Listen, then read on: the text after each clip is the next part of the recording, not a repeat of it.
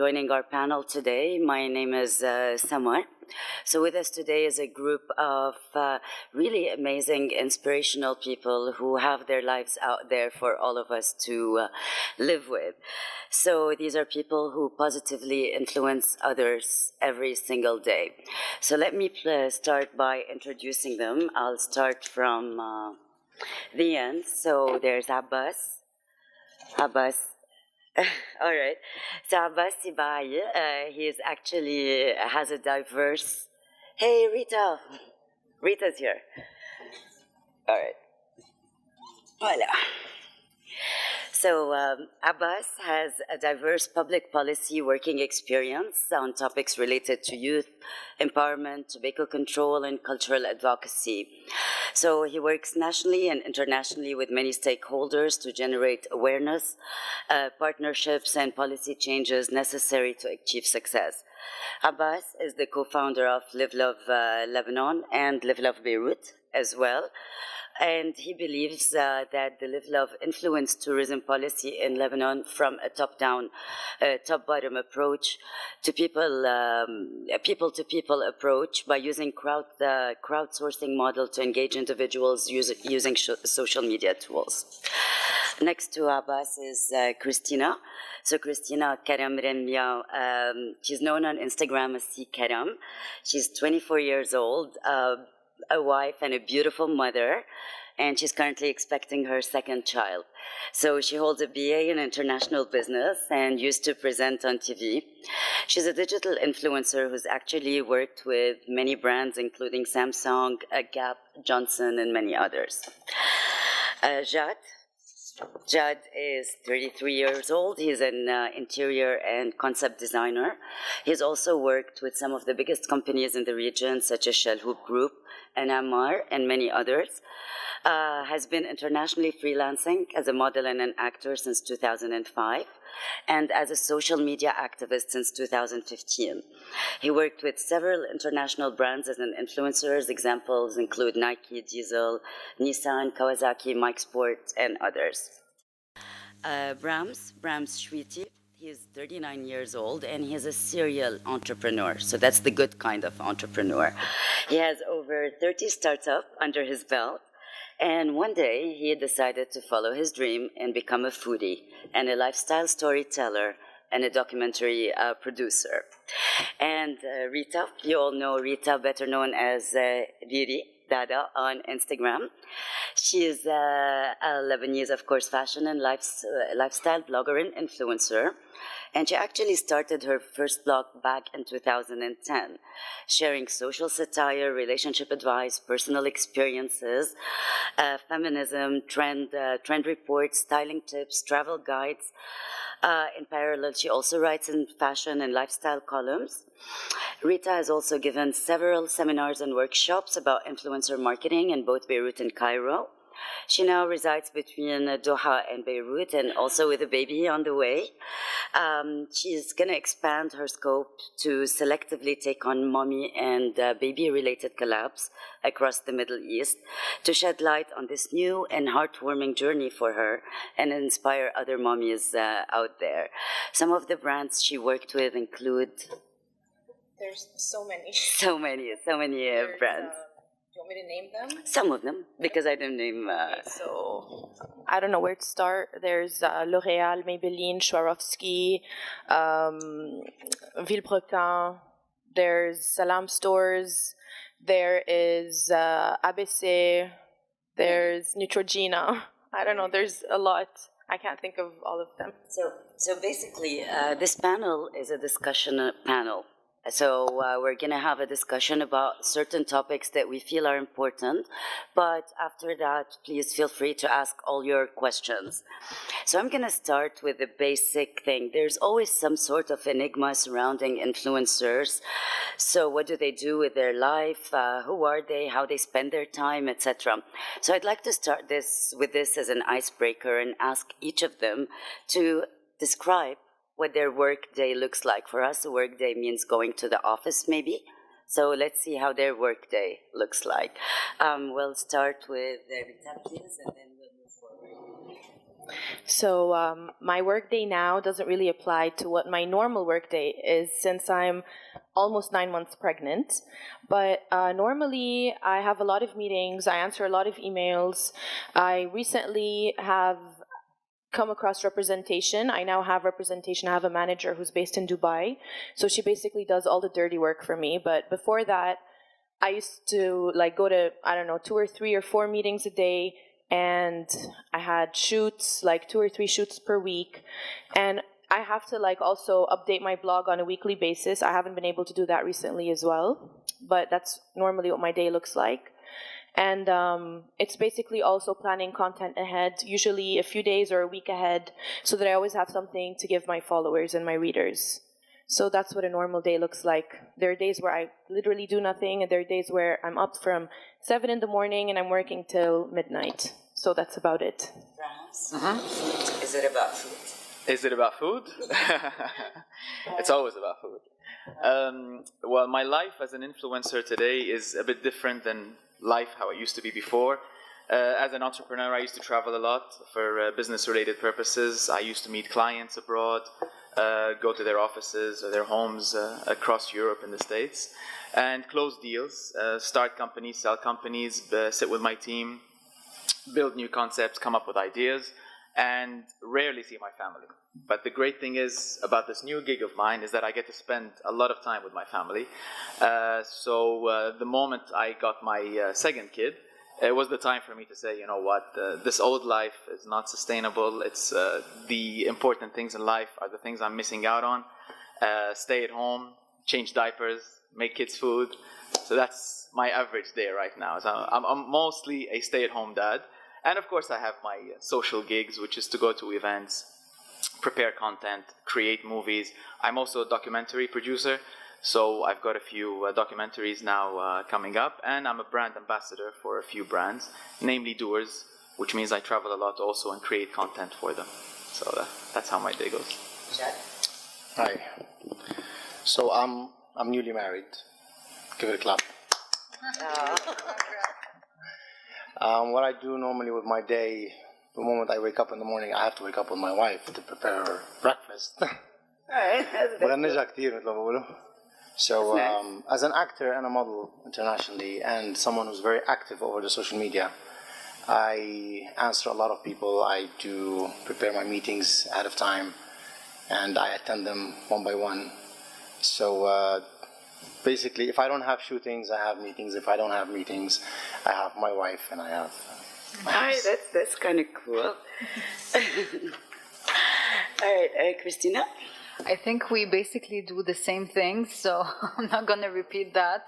I'm a mom, I'm pregnant as well, and I have a baby girl, 1.5 years old, so I like to take care of her, so I stay at home basically, and I try to go to my meetings when I have some, I reply to my mails, I check my daily insights reports and stuff, and then I work on content. If I have shoots, I go to shoots. At night, sometimes we have some events or launches and stuff, so...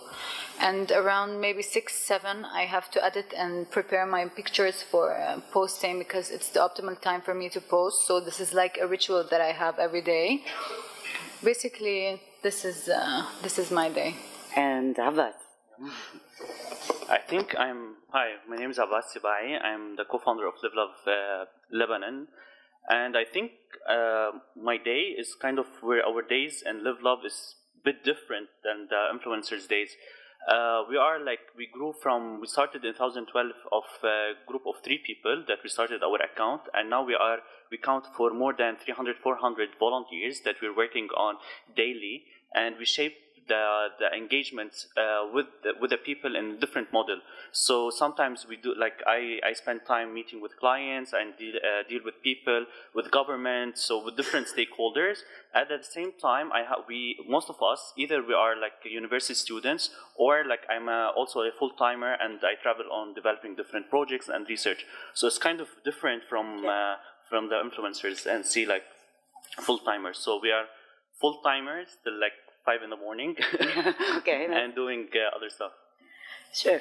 So that's a quite interesting insight. So what is the definition of an influencer? As an agency, we hear clients describe influencers in many different ways.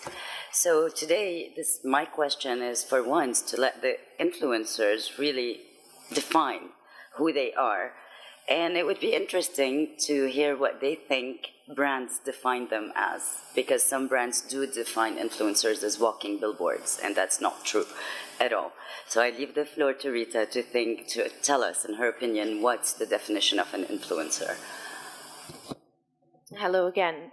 So I want to go back to early 2015 when I gave one of my first discussions about influencer marketing. And back then, the term digital influencer wasn't actually known.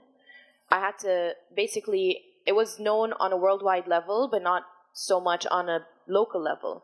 And the whole concept of influencers, which is actually being abused today, unfortunately. It's being overused. A lot of people are buying followers. A lot of people are pretending to have influence. And I'm not talking about those. I'm talking about people who are actually influential.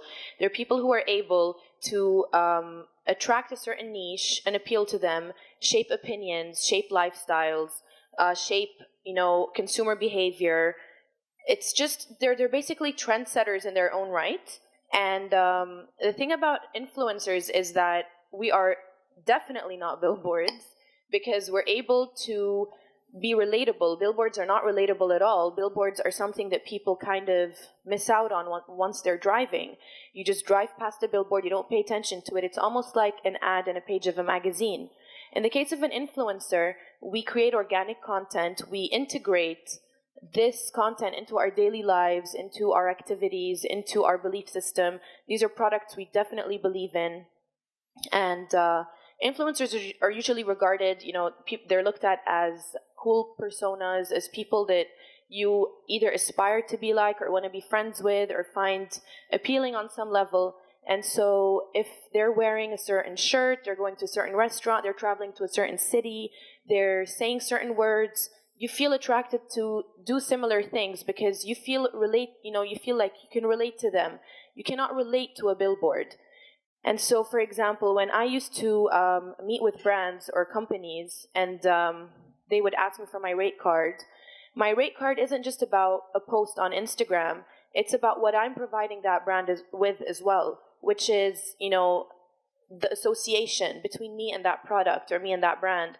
It's, making it likable, making it relatable, making it trustworthy, making it more appealing to the consumer, to my readers, to my followers. And this is what an influencer is all about. And a person can't just come today, buy tons of followers, then buy likes and comments, and then pretend to be something they're not, and then say, yes, I'm an influencer, because that's not what an influencer is at all. Thank you. Thanks, Rita Brown. Yeah, thank you, Rita, for absolutely killing it for the rest of us. No, actually, she said what it's right. Yeah. She said what it's right. Yeah, absolutely. I sang it exactly what Rita just said. I'll pass. So I'll pass the question. So I'm not going to answer the same question. I'm going to answer what makes a good influencer. I think it's a mix of two things. It's a mix of authenticity and creativity. As Rita said, today, everybody who wants to become an influencer, everybody who wants to have some clout, goes out and buys a certain amount of numbers. But thankfully, it's not just about the numbers. Thankfully, there are insights that allow you to see what the most important part of being an influencer is, which is the influencer word, is engagement. And that's what I believe the key between the people out there who call themselves influencers and the people out there who really do have an impact on people is the amount of engagement that comes up with their posts. And how does engagement come? Engagement comes when I relate to that person, their content is creative enough for me to be interested in, and it's authentic to their persona. I mean, as long as I relate to these two things, that's what makes a good influencer, in my opinion. Thanks again, Rita. Okay, I'm gonna short it out, and I'm gonna say, being an influencer is someone who is completely honest about everything that you put out to people to see. From the content to whatever you write, to whatever in that picture. If you don't believe in it, don't put it out. Because that picture, people looking at just the picture, what's the picture? You can flip it out. But you're reading down there. What's written down there is what stays in your mind. So the more honest people are, the more straightforward they go to the heart, not just the brain, not just the eyes, to the heart. And to me personally, I believe if you're honest enough to work with whatever you want to work with, people will love it just because of you, because of your honest. I'm not saying I'm a good influencer. Well, at least I bring smiles to people's face every day. I try my best. Some people think I'm boring. Some they like it. But as an influencer, I always target people's hearts, not just their eyes. So that's what it is to me. Christina? I'm going to add something that I think that the most important thing for influencers is credibility. So I think that they shouldn't just work with a brand or collaborate with someone just for money or for exposure, because this doesn't make an influencer. So if you believe in the brand and you believe in what they represent and you want actually that image to represent you as well, you should work with that brand. This is what makes a real influencer. True, very true. Abbas? Yeah. So I think that definition of influencer is someone like who have or develop like really high level of emotional intelligence and able to listen to the people needs. So within our accounts that we have on Live Love Beirut and the other accounts, we listen mainly to for our crowd. We sense about what's happening in the country and in sense of an notion on whatever kind of social and activities that's taking place. So, and the difference between maybe the influencers and our account is mainly we're based on crowdsourcing. Yes. So people post, and then based on their posts, we repost them on our account and we engage them. So, for example, yesterday we posted like a story about a female or a young adult. She's like interested in to develop the public transport in Lebanon. So this video that she's talking about what it means for a female to be in a bus, in public transport in Lebanon, Yalla Bus app. Till now, like since yesterday till now, we have 54,000 viewers on our account, and still on growing. So any photo is not about just the photo. It's about being real, being honest, being engaged with the people. See what the people really want, and like reshare it and highlight it and reach it to the most people would like to engage with. And for example, now we are reaching out to more than 26 million accumulation in our account for Live Love Beirut. True. And Yes. how much? 1,006. Yeah. Yes. So, and what's quite interesting is that allow me to add this note. What's very interesting is platforms or social media accounts like Live Love Beirut are actually moving more towards engaging the community. So maybe Abbas, please talk down the line about the volunteer project that you're working on. So it's actually moving the community to change the way they do things, and we'll get to talk about that a bit later. Now, when you're approached by a brand, all right, they ask eventually after a collaboration, they come back to an influencer and say, what are the results? All right, what was the result of my collaboration with an influencer? So my question right now to the panel is, what are the key metrics? I think they've answered a little bit of this throughout the other conversation, but what are the key metrics to look for, and how can sort of influencers report on their collaboration, basically? The key metrics? Yes. What key metrics? What do brands ask us for after the campaign is done? How do we measure success? So basically, because you can get Instagram for Business, and this shows you insights into each post. In my case, there's also my blog posts for whenever they're required. And obviously, there are tools also like on Snapchat, you have the views and you have all of that. So normally, I'm asked to send out screenshots. And this also filters out. Not everyone asks me for that. I actually provide it every time I'm done with a collaboration. And I want this to become a habit, because a lot of people this kind of justifies as well the price, like my asking price for each collaboration.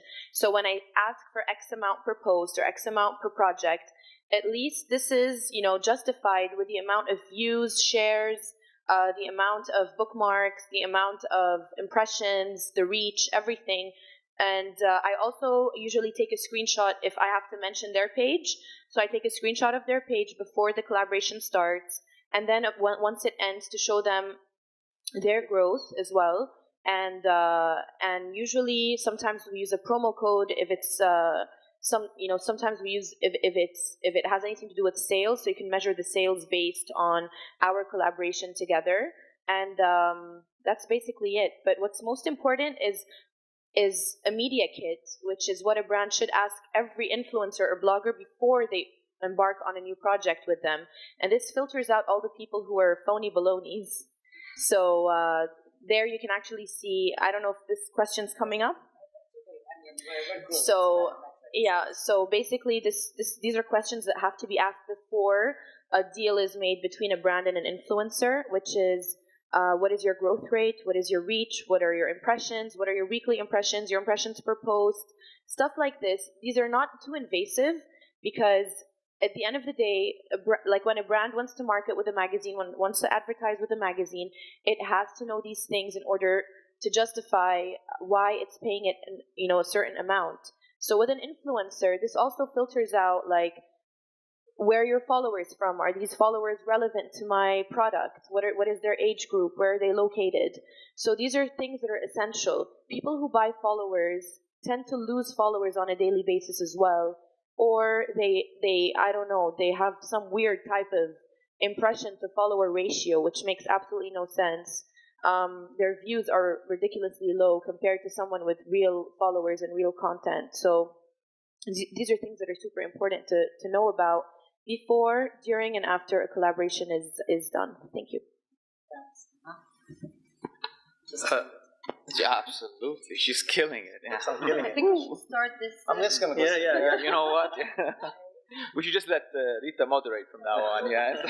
You're doing it right. You're doing it right. Again, beautiful answer. The only thing I would add is that thankfully, as social media options are rolled out, they fine-tune them, which makes it easier to weed out the bogus accounts. It used to be all a matter of followers, which we know right now it's completely purchasable. Then it moved to likes, which is even worse. And then comments also now. Yeah, like the weirdest comments. Yeah. But if I was a brand and I constantly meet with brands and I ask them, listen, do not be duped. Check out these accounts. Just check out their followers. Check out their comments.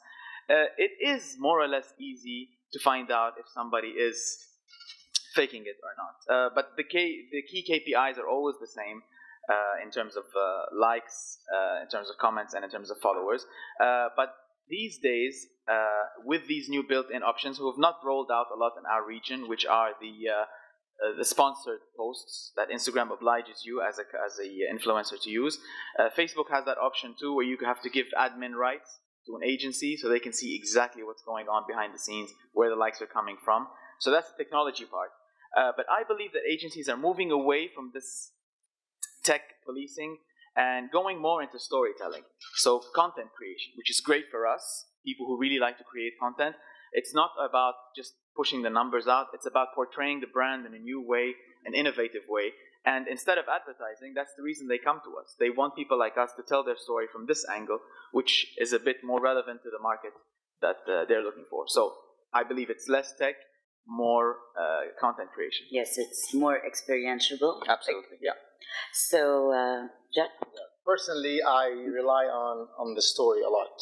you rely on story. Yeah. So whatever the brand that I'm working with, normally they like to work with me because my account is very organic and there's a lot of interaction. Yes, And that interaction happened after I appeared in a show. It's called Take Me Out. I don't know if you guys watched it before. Now I know where I saw you the first time. Take Me Out was a success for me. Maybe the show wasn't that good. It was okay. I mean, everyone watched it, Fun. right? It was fun. Yeah. So I was about 50-ish followers, and then it moved up to 250 something. So Wow. What I give to people is, like I said before, is the honesty, and I think it's the key, because most brands they approach me because my page is very clean and always neat Yes. and straightforward. Like I even have my logo, so it's very professional. So I think professionalism plays a big part here, Sure. not just the amount of followers or the amount of likes or comments they get. Absolutely.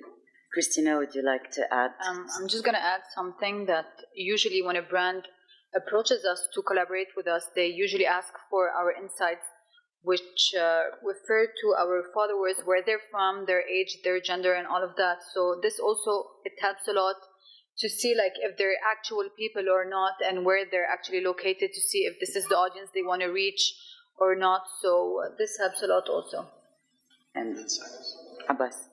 Yeah, for us, the corporate or the companies that they ask for something totally like different. They ask for the action is happening, what they are doing, the engagement level that's being done on the ground, and how many people are being engaged before the advertisement that's done on the account and after. So we have the same as been said on the different platforms that we use, like Social Bakers or different other platforms that we use for statistics and data analysis. But at the same time, we have our kind of known bracelet that have been like all around the country and being sold around in more than 42 countries.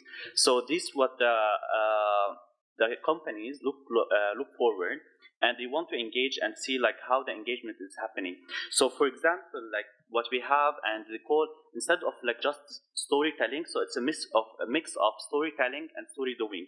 So we do like call for an action, and I remember like once we did like several times we do with companies like with car company that they want to promote a car, and what we ask them, instead of like putting advertisements or things that's being on the street or poster, we ask them that to give us a car, and this car that we've displayed 4 cars that touring around around Beirut, and people have to jump in the car, take photos with the car, and then with each photo that people have hashtag certain X with this company, the company donates 1 tree for to be part of the National Forestation Plan. Yes. So it's a win-win situation That was between with Renault, I think. with the Renault. Yeah, Yes, exactly. It was my campaign. Yeah, and we have like different activities that with like films, with banks that we do. So all of them is a mix between social impact that we do and with the different activities that.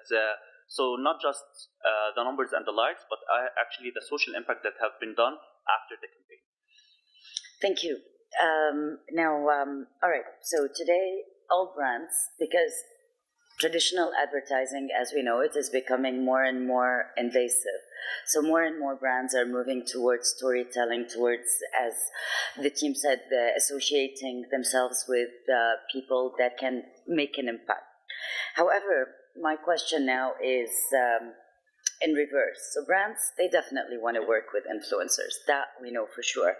But for me, my question is, how do influencers decide which brands are a good match for them and their audience? That's one. And another is influencer marketing good for any industry sector? I mean, is it appropriate for every brand, be it a bank, be it a service, be it an automotive company? So this time I'm going to start in the middle with Jad, basically. So you don't Thank God. So, So normally I work with. You guys can hear me? Good. So normally I work with brands such as clothing brands. I've been to London, to Paris, to Spain. I always take my CD, and that CD contains my auditions, all the advertisements I've done, all the commercials, everything that I've done. It's on there, and I just give it away. So they contact me like the same day or the day after. So I come back for casting, and that's how I meet them. So I've shot about 673 commercials worldwide. Yeah, wow, that's a lot. That's a lot. And now I have an audition in Los Angeles for a movie as a main role. I'm saying this right now. I shouldn't. Oh, it's nice. Okay, so basically they approach me when they know that their brand is going to meet my audience. my audience and they meet the person, the persona. But how do you decide which one is good for you? Is it because you like it personally, or Well, you know? to be How honest, do you decide? Yes. Which brands are a good match for a you? bathroom product I wouldn't take, for example. What's a bathroom? But like, All right. so I normally choose my my brands. I normally choose them according to the level I'm putting myself in over the social media or in the life I live. All right. So, do you think that influencer marketing is appropriate to every brand? Like, no matter what brand you have, influencer marketing is appropriate. It should, at least, from my perspective, from Yes, from your own personally, perspective. I think the brand that I'm marketing for should suit me. Should suit you. Yeah, I should be friendly with it. In order for people to like it, they should And to trust that you're doing feel good. that I love what I'm doing. I love this brand, and I'm actually not just marketing the brand. In fact, I love it. Have you ever said no? Oh yeah, Oh yeah. But many times, but you said no. sometimes they can't afford. That's why. Because I have a quotation. They ask me for a quotation. They want to use my social media. They want to use me on TV, and TV and social media, and for events, like a certain time as a contract for 6 months or a year. And sometimes I give them a quotation, and they're like, too expensive. Well, I'm not expensive. I'm You can valuable. afford me. I'm valuable. So we will find right words for this later. So, but for The mommy's laughing. That's the most important thing. I like so, that. so for accounts that like Live Love Beirut and Live Love Beirut, which actually moves as well the social world into action and into civic engagement and what have you. So again, are there some policies where you guys say, no, this is a brand we cannot work with? Or how do you know? Because I know you have a very big community that's very diverse from Lebanese locally and expats, a lot of expats as well. So how do you know which brands are a good match with your audience? And do you think it's good for every industry to use social influencer marketing? Yeah. Yep. For our account and the kind of activity, like what kind of campaigns that we go live with them, it depends about who's the client. If it's corporate, we tend to make sure that the story doing that we're trying to engage with it has an impact. It's not just like a poster for a certain product, but there should be a social impact that's happening on the ground, engagement. People will interact, people can feel it, can test it, and can say their comments freely. So we try to, when we interact with a certain corporate organization, we say that we're going to be like straightforward, blunt, and without like any covering for the material. And we're going to be like, in case there would be like some negative aspect of a certain, irrespective it was from, we never done with something related to tobacco, for example, but we done something like with, for example, with cars, with we've done with the services, we've done retail, we've done like food and beverage. So it's fully diverse. So it's not kind of prohibited on a certain sector, but it's diverse. But what we make sure that the story that we're telling, it has an impact and engage with the people, and everyone is able to interact with it simply and slowly. And it's like also like at the same time youth oriented. Yeah. So that's probably Christina. I usually I'm very selective on the brands I choose to work with. Like I've said no really many times because either I don't want to be represented by that brand or associated with that brand. It's not that I'm snobbish, it's just not the image that I want to reflect to my followers. I usually also choose a brand or a product that I would usually use or buy even if they didn't approach me. Okay. So I wouldn't sell something that I don't believe in. And also I get a lot of feedback and requests from my followers, so this helps me a lot to know what they want to see, what they want to know. So this helps me direct what I should go for and what I shouldn't go for. Brands? Yes. I only work with brands that I would personally use myself. That's a golden rule. Or eat. Oh yeah, absolutely. Brands I eat. So that goes with food. I'm specific as to what I like and what I don't like. Restaurants, especially being in the food industry, restaurants are quick to invite you to come taste their new menu and talk about it and everything. I'm very clear up front. If you're inviting me as a guest to taste your food, thank you so much. I'll gladly attend. But do not expect anything out of it unless I like what I'm eating. So there's no way I will ever advise my fans to go try something that I haven't A, tried myself before, and B, liked before. And that goes for all the sectors I represent. Alcohol with Doers, men's care with Phil and Joe, food app with Zomato. I'm going to name them all, but I mean, these are all products that I use personally on a daily level. Now, I do this for two reasons. Firstly, because that's the kind of guy I am.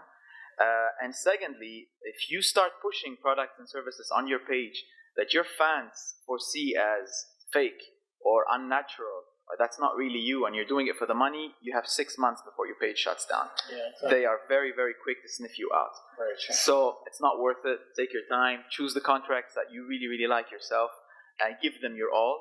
Because if you like the product and you can tell a story in a way that's going to be efficient and effective to your fans, and stay real. And most importantly, never call them fans. Never call them fans, trust me. Followers? Not even followers. Really? I call them friends. Good. To me, they're friends. 280,000. Yes, I do. I have billions. To me, if you go to my Insta, Family job. yes, that's exactly what I use in my Alright. Instagram, especially because I'm active more on Instagram, because it's actually my money making. Yes.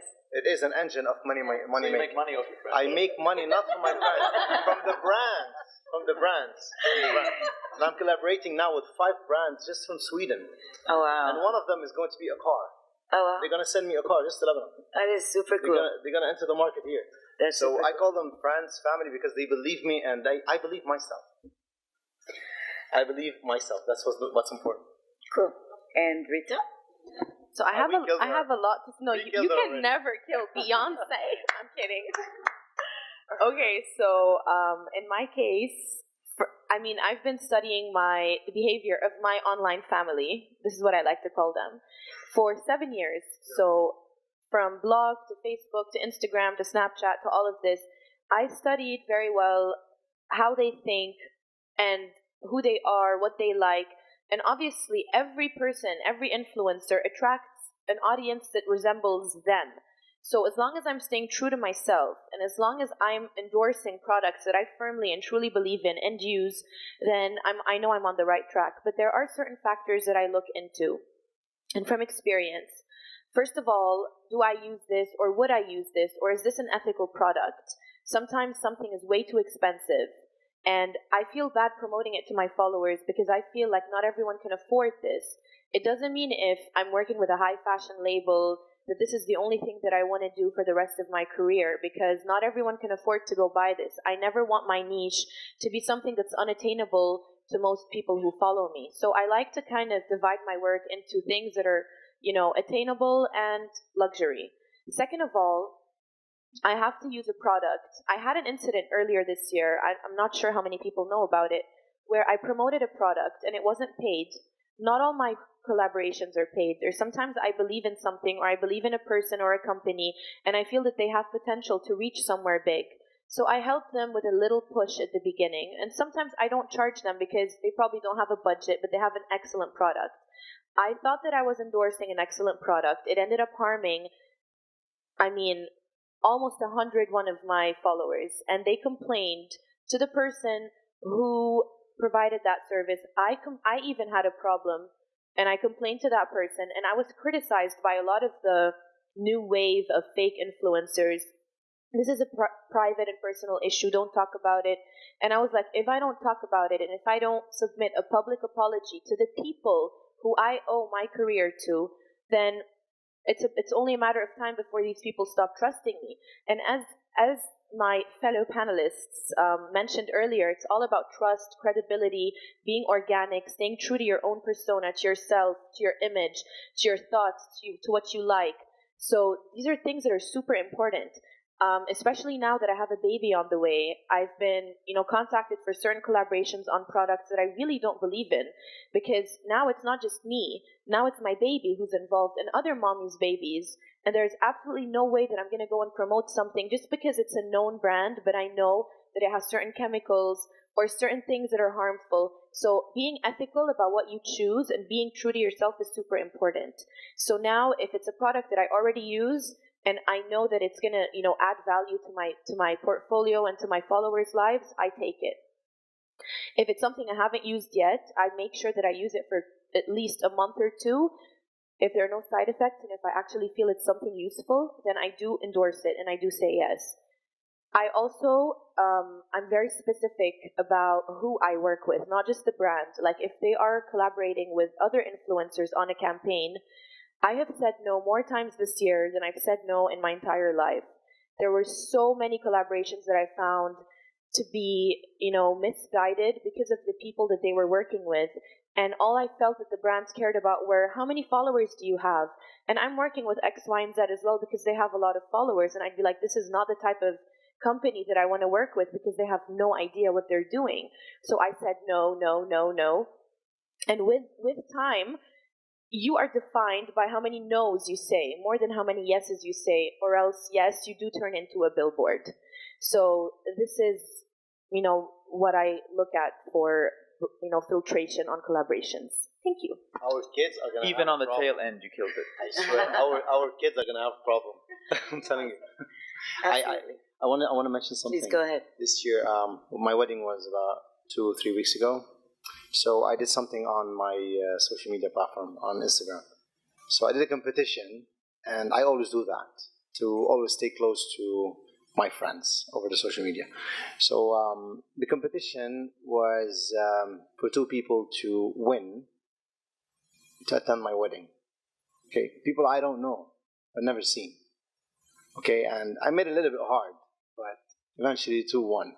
Oh, wow. And they came to the wedding, and you have no idea the happiness on their face. You have no idea. I made sure to sit them on the VIP table, right, just on the family table. Yes, that's And the clever. happiness on their face, like, it's all over the place. Yeah, that's it. So, yes. So, one of our last questions for today is the future of all of this. So, a couple of years back, it was only Facebook. Then it was Instagram. And then Snapchat. And then, who knows? Snapchat is killed. I don't think it's doing well. I mean, they're there Right, and really? people talk about them. Maybe So, in Saudi. so what is really the future of influencer marketing?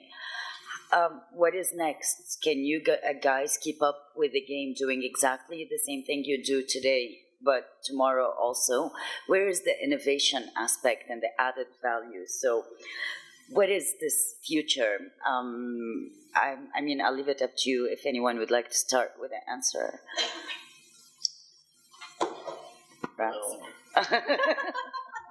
Really? I think Democracy. we're Yeah. like a brand. Are you kidding me? Democracy. I feel like, the nerd in class, like, Teacher's pet, the teacher's pet, yeah. no. Go ahead. If no one wants to start, I can. No, very briefly, and thankfully, I believe the future lies with whoever is willing to hustle. I mean, the great thing about this game is that the phonies are picked up really early on. Whoever is out there to really work hard from morning to night, to dedicate themselves to pleasing their following, to pleasing the corporations, to creating content that really is valid, I think there's always a future for that person, just like in any other. It's like a job. This is a full job, full-time Yes, job, but but the you job do it with we passion. evolve, You do it with passion. That's the thing. I used to work before in a company, but I got sick, and that's the moment when I decided 3 years ago, you know what? I'm gonna just resign, leave without anything, any security, any job that's available to go to. I'm just gonna sit home and just collect my thoughts and do something for my own. I don't know if I have mentioned that before. I don't know if some of you know, but I come from a background where I have never been to school, never been to university, never studied anything in my life. I grew up all alone without parents. Okay, and I got to this point in my life, and I made something remarkable for me. So I'm not just gonna sit there in an office where I'm gonna wait for someone who I call him boss to come boss me around and give me shit that I have to do. Sorry to say that. There are some nice bosses out there. Well, the ones I worked with were terrible. So I decided to leave and sit home for a while do something for my own. And so far, I'm doing great. Alhamdulillah. Yeah, And that's good. soon, I'm gonna have my own kitchen for you girls, especially for you, the pregnant, with my wife. For all the people who have diabetes, cancer problems, pregnancy, and kidneys problems, the type of food that you should eat to pass on with your day peacefully without feeling heavy. So see, when I have a lot of energy, I'm sorry. No, that's I'll good. leave it for you guys to That's the say kind of whatever you- energy we look for, actually. So, I'm just gonna say that I think we're actually getting started with Instagram and social media because they just did the business profile just a while ago. So it peaked like crazy. So I think there's gonna be even more tools, more creativity, more options, more. I think it's gonna get even better and better, and I honestly can't wait. can't wait. Yeah. Yeah. Before I forget my thoughts, I'm pregnant. I have pregnancy brain. So I agree a lot with what Christina just said. At the end of the day, I noticed a grand evolution in the social media world starting, in 2009 and onwards. Back then, when I would tell people I'm a blogger, they had absolutely no idea what I was talking about. And they thought I was a journalist. And with time, it kind of evolved, and then bloggers were invited to more events, they were given more products, they were given more sponsored posts. But then blogging was no longer enough. People wanted more photo-based content, so that's how we moved to Instagram. It became faster. We're in a fast-moving world. People want fast information, they need something they can relate to, they need something entertaining. So Instagram has kind of become like an online world that everyone lives in and everyone's, linked to, and everyone's, it's all about being social now. And as Christina said, it's just starting. It really is just starting. It's actually evolving. So it could be moving more into like video, into live streams. The way I'm recording this live right now, people want to see reality. They want to see things. I mean, as someone who works in social media, you have to be in tune with how the market is evolving and changing. You have to be one of the first to catch on to these new trends. You have to understand how these trends are evolving, get on that wagon, do your own thing, because if you don't do that, you're going to get lost, you're going to get forgotten. So you have to keep updating, researching, studying the market, seeing what your followers need. And if you're one of the very smart and lucky few, you can actually be one of the pioneers in a new approach to certain things. And I think like everything's moving online. Like today you have careers like Instagram consultant, believe it or not. You have people who are actually working solely for this medium. And I think it's very interesting. And I think it's just the beginning for YouTube. Now you have YouTube channels. You have I watch YouTube on my television. I'm not even watching television anymore. I'm watching YouTube the whole time. So everything is basically social, and it's just evolving more and more. So whoever's jumped on this wagon, I think is going to be reaping sowing, I don't know, something. Yeah, reaping what they sow. Thank you. So again, as was being said, that being social, for us, is not just being online. So we do the campaigns online and offline. So we try to be influencing people and engaging with other people. So no matter what would be the new platform and the new exercises that would happen, that we started first with Instagram, and then we grew on Facebook, and then we're growing in different platforms. And now we're having, for example, our mobile application, and which is called Develop Explore Lebanon, that you can also engage and to develop part. And also we're in the movement, now soon we'll be launching our new app that would be also engaging on the garbage to try to solve with the garbage solution. So it would be the name of the application Green Bin. And this Green Bin application, Green Bin. Yeah, and the campaign would be Live, Love, Recycle. And the same things that you have happened before, you would be like the app, using it, get your mobile, and instead of ordering a taxi, you would order a pickup, so you can collect the garbage from your home. So different interactions happening, not just on the traditional social media platforms that we have as Instagram and Facebook and Snapchat and the others, but also we're having to have our own crowd also, and on apps, on our website, on and different type of blogs and traditional Yes. So we keep a balance. So we, in case something happened or some eruption, like prices happened or servers of these companies decided to own their own things, we're safe. We still have our own campaigns going on and our interaction is happening. That's quite interesting. Now, before I wrap up and leave the space for questions, so I just need to ask my panel family. Yeah. Good job. There you go. Yeah. So, if there's anything that they would like to talk about, extra that we have not touched base on. For me, like I would like to show like one video of things that would happening is like 40 seconds video. I don't know like how things this work. Yeah. Can we have someone from the organizers, please, for the video? And meanwhile, I just want to mention one thing. It's that an influencer doesn't decide that he or she is an influencer. It's up to you guys to decide who's worth following, who's worth giving credit to, who's worth giving attention to. Today we have a lot of new and old influencers who are amazing. They're doing great things. Whether they're working or not, they have something great to offer on their page, whether it's positive energy, a new perspective on life, family, I don't know, food, fashion, whatever. But I mean, when so many people complain like, oh, everyone is so fake and show-offs and this, just remember that it's you guys who are giving them ammo and power to do what they're doing. So it's up to you guys to decide who you want to who you want to support and who you want to keep supporting. And when people who are phony balonies, that like that's a genre of people I refer to, certain people in this industry, when they are, getting, when they're spreading propaganda and spreading a fake image and then they're getting attention for that, the only people I blame are the people who are actually following them, because you guys are actually helping in creating monsters. There's so many good people out there with great things to offer. Many of them are here today, and you guys should just know how to filter. It's getting more and more condensed by the minute, so you need to understand the difference between someone who's out there to spread something positive and someone who's out there just for personal gain and personal fame and a whole lot of BS. I don't want to say bad words. Thank you so much. So, anyone, anything else? Abbas, is your video ready? Yeah? Yes. Okay. Let's talk about food. I'm your man. Really. All right, so this is the volunteer video. So basically what we have like the pain of like what the pain is happening like in Lebanon. So we decided to have like our second campaign that's coming up on October 13 and 14. And this is the promotional video that for our campaign that's coming on the second week, next week.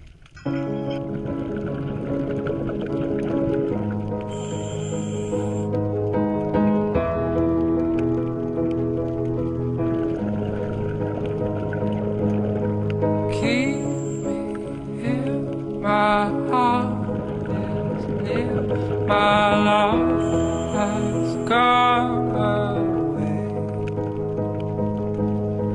Tell me true, my heart is new, my love has gone away.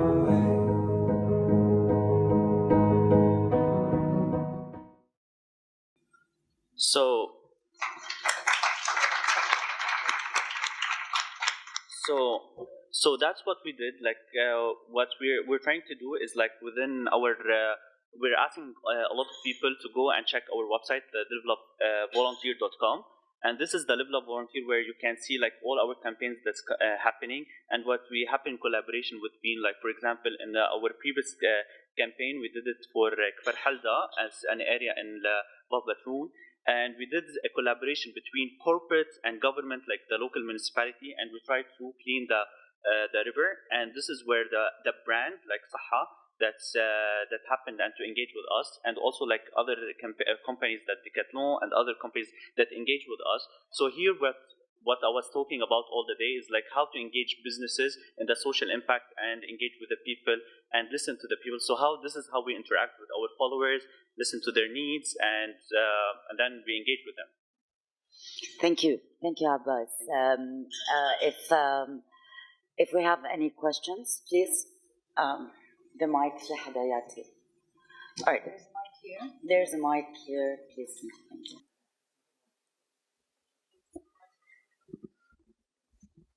Hello, it's Hamid. I'm energy management specialist, 90K friends. Yeah. Sorry. Hello. I'm not Sorry, I didn't catch your name. I'm Hamid. I'm energy management specialist. Okay. I have 90K friends. For the as family. Mr. Jad said. Yeah. Okay. I don't have a question actually. I just want to wrap up your question that you were asking before about what are the characters of the good influencer. Okay. Just to wrap up all what we said about being honest and being credible, as Miss Christina said. Maybe he need to be more like being a human. True. Okay.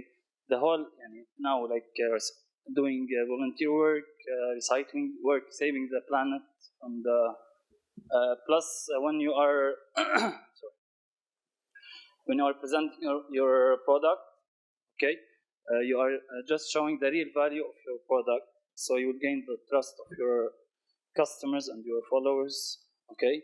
And it's your credential, it's your real credential that you can add up and make a real renovation and sharing an added value to the followers and to the whole human. Thank you. Right. Thank you for your insight. Anyone with more questions? Yes. If you can pass, please, the mic to. Yeah.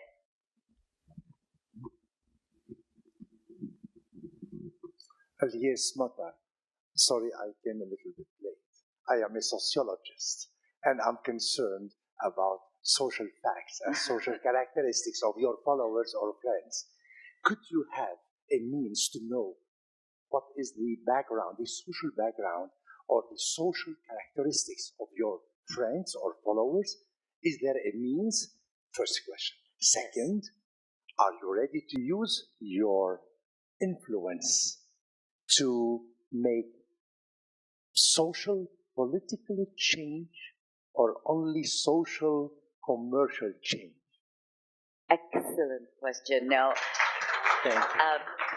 excuse me, is there anyone in particular you'd like to answer your question, or this is an open? All right. Personally, I'm going to answer first. I have 200 followers. Well, personally, I have nothing to do with politics. I keep myself away as much as I can because it's a headache itself. Secondly, I answer almost, trust me, I dedicate about 3-4 hours a day of my time just to answer people and read their problems.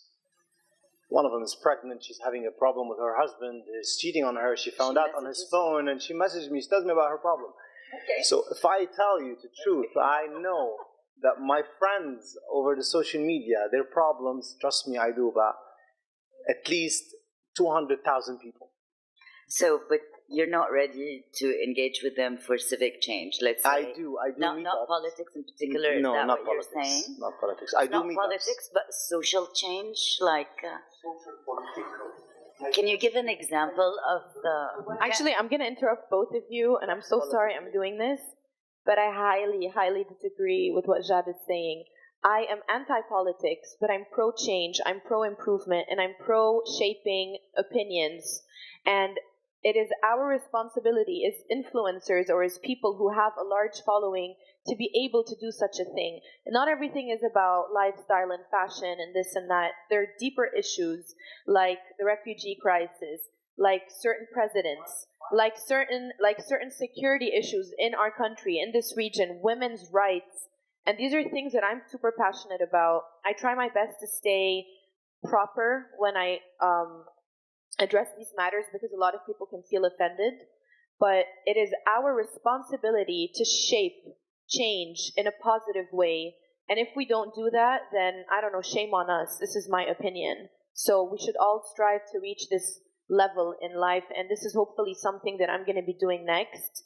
I'm not going to talk about this anymore. I'll just leave it for later because I don't like making, announcements. Thank you. When I'm being approached for a certain subject, yeah. When I'm being approached for a certain subject that needs a certain help for the society, I give it my all. But when it comes to politics, I don't know. It's maybe my knowledge with politics, it's not that much, but. Can I just say something? I want to answer your second question, which you just answered now, and I think it's really, really important for us, and especially in this country, since we have a lot of facade, if you want to say, and a lot of politicians that don't take our matters seriously. So there was a campaign a while ago called Mish Basita. I don't know if you've heard of it. It was for the sexual harassment law in Lebanon, and they actually applied for it, and they were waiting for the Majlis to approve this law or not. So they asked a couple of influencers to actually talk about that on their social platforms, and I did that, and I'm really proud because people saw that they have a voice through us, so they can talk to us and tell us their problems, and we can talk for them since we have a very large base of followers or friends. So I think it's very important. It's our responsibility, and I'm glad that I did that, and I would do it again. I'm with you on your next project. Abbas, I'm sure you'd have something, Yes, and then we'll let Bram. I think I will take to show another video to directly answer what you're saying, and it's not just about environment, but it's about public transport that we do. بنت لحالها بتطلع بالباص اللبناني مش شيء كتير لذيذ. أول مرة طلعت بالباص كنت كتير خايفة، بس نزلت من الباص قلت إنه ليش لا؟ ما في شيء بخوف، كتير هين، بعتبر فيني أدرس، فيني أعمل 100,000 شغلة وعلقانة بالعجلة. فحكيت مع رفقاتي وعملنا جروب وقررنا نشتغل على كيف بدنا نحسن النقل العام. نزلنا كليني ابلكيشن، هون ابلكيشن بتحطوه على التليفون واسمها يلا باص. ساعتين عم نرايح بنقول لك اي باص تاخذ وين تنطر الباص واي متى جاي الباص تاخذ. اشتركنا بمباراة لستارت اب وربحنا جايزة الأولى مرتين. اشتغلنا بوزير النقل العام بلبنان واعطانا دعم كامل تا نحقق هذا البروجي، واللي صرت عم بعمله من اول ما بلشت لهلا عم بروح الدورة بشوف المعلمين والشوفيرية تبع الباصين باخذ داتا تحت لهم الدايرنج سيستم. اسمي ثلاث كيروز بدي ارجع اعيش النقل العام بلبنان.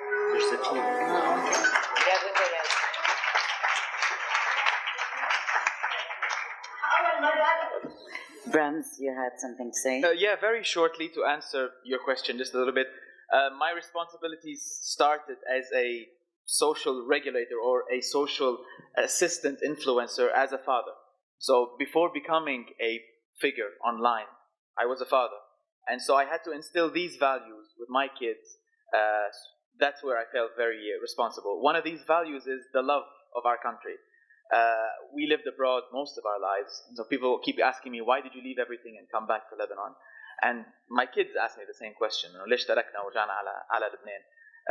So I feel if we do have this pedestal to stand on, and if we do have this voice, which many people listen to, it's absolutely our responsibility to push values that we honestly believe are correct. ومنهم محبة هالوطن ونستعملها قد ما فينا نحن لحتى نشجع العالم ترجع وتستثمر وتحب بلدها وتحترم بلد ما فيها. So that's it. Thank you. Any more questions? And yes, so if you guys don't mind, this would be our last question before we wrap up. My question is to all panelists. The question is, can anybody become an influencer? If no, why no? And if yes, what do you think are the prerequisites for someone to become influential? Probably everybody has the potential. Probably everybody has ideas, okay, but they're not influencers yet. So if you want to look at roadmap for someone to start from zero to becoming an influencer, and you guys all started from scratch, what are some prerequisites? Probably to the personality of the person, to his ideas, I don't know. There are some prerequisites? Message. Have something to say. If you have something that you believe people, it's worth bringing out to someone, that's an absolute prerequisite. Two, the medium. it's great to have a message and it's great to believe in something, but do you really have the tools to portray these messages to the people out there to listen? And 3, differentiation. What makes you so different from the next account? Why should I come to you and not to someone else? So, in a nutshell, I believe these are the 3. I want to add on this. When I first started blogging 7 years ago, there were literally maybe a handful of bloggers in the country and the region, and we worked really hard. We didn't have Instagram, which makes it so much easier. And then when we started Instagram, there were also still a very few. I'm talking 2013 or 2012. There were also very few, and the few people that were there with a different persona or opinion or something to share with people are those who kind of made it through. And then, banking on that, a lot of people were like, I want to be famous. How can I be famous? There are very new influencers who I think have an amazing thing to offer. Like, I consider Christina new, but I love her account. And I think she's, one of the few new ones who actually have something cool on their account to offer. She's, she's about family. I'm using you as an example. Thank you so much. No, but there are a few like her who are some of these new people who you feel like, yes, there is something I can learn from her. She has a positive energy. There's, she's family oriented. She's this, she's that.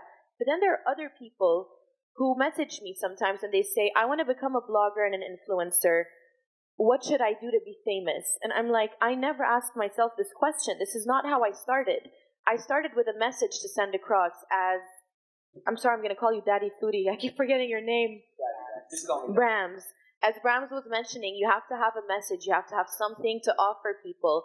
You have to have, like for me, at the beginning, it was about freedom of speech. It was about feminism. It was about, everything that happens on a daily basis that can help you become, it can help you become more of an individual. And I wanted to promote individuality, and I'm still trying to promote that till today. But I never for a second thought like, oh my God, I'm going to become so famous. Like, this is never what I intended on, achieving. And it happened, I still don't consider myself famous. I find this word super tacky. I'm not Angelina Jolie, I'm not Beyonce, but in my own right, like I have, formed my own online community because I had a unique voice, and I still do. And if someone has this type of unique voice, if someone has this je ne sais quoi, like they have this thing about them, they can start from zero and they can make it all the way to the top. But you don't start from zero and buy followers and force yourself onto people. This doesn't work. So not anyone can become an influencer. There's a certain personality type. It's the same way that not everyone can be a public speaker. Not everyone can become a doctor. Not everyone can become, Mahatma Gandhi. Yeah, like there's certain personality types that are built for certain careers, certain paths in life. And you can't force it. And that's why there are a lot of people today buying followers and faking their influence and sponsoring every single post they put out there. Like, who are you lying to? Go do something else that is going to benefit you and society, and you will become an influencer in your own right, whether it's online or offline. Thank you. I just want to add something. I think that to become an influencer, first of all, you have to love this. If you don't love it, you cannot become one, because it needs all of your time, all of your energy, and it needs also to be part of your lifestyle. If it isn't part of your daily basis life, you cannot become one. And I just want to say also from a page perspective point of view, when someone opens up your page, they're gonna have to love your page also visually. So if you don't have that plus, that you can, like, you're a bit of an editor if you want, and a photographer at the same time, and you edit your pictures, you create your picture, like you have to become all of these things to actually become successful. You cannot just like snap any picture and post it with a super bad effect, and you just have to, if you don't have these things, it's not gonna. So basically it's the message, the content you have to give to people. It's not easy. Definitely, it's not easy. As Reem said before, it's a struggle, and I get approached a lot from people. They want to be models. Can you introduce introduce us to some of the agencies? Like, I don't know, I can't. I don't work with an agency. I have my own agent, and she takes care of everything that I have to do with the TV, and she's my lawyer. So to get to that point, you need to start from somewhere. You need to have a message, and you need to focus on what you want to do there. People have to love you in order to believe you, in order to make you to reach that level. Yeah. Thank you, everyone. Thank you, everyone, for joining us. So Abba, sorry. Just like the same thing that's with the other, like the influencer said, but I think that's consistency and being able to listen to people and to your audience always, and have like proper feedback. No matter, like the constant feedback is the key, and then with time is the key word, and then you would be like an influencer again with the passion and the consistency of your work. So thank you, everyone, for joining. Thank you very much, and see you later. Guys. Bye. Thank you.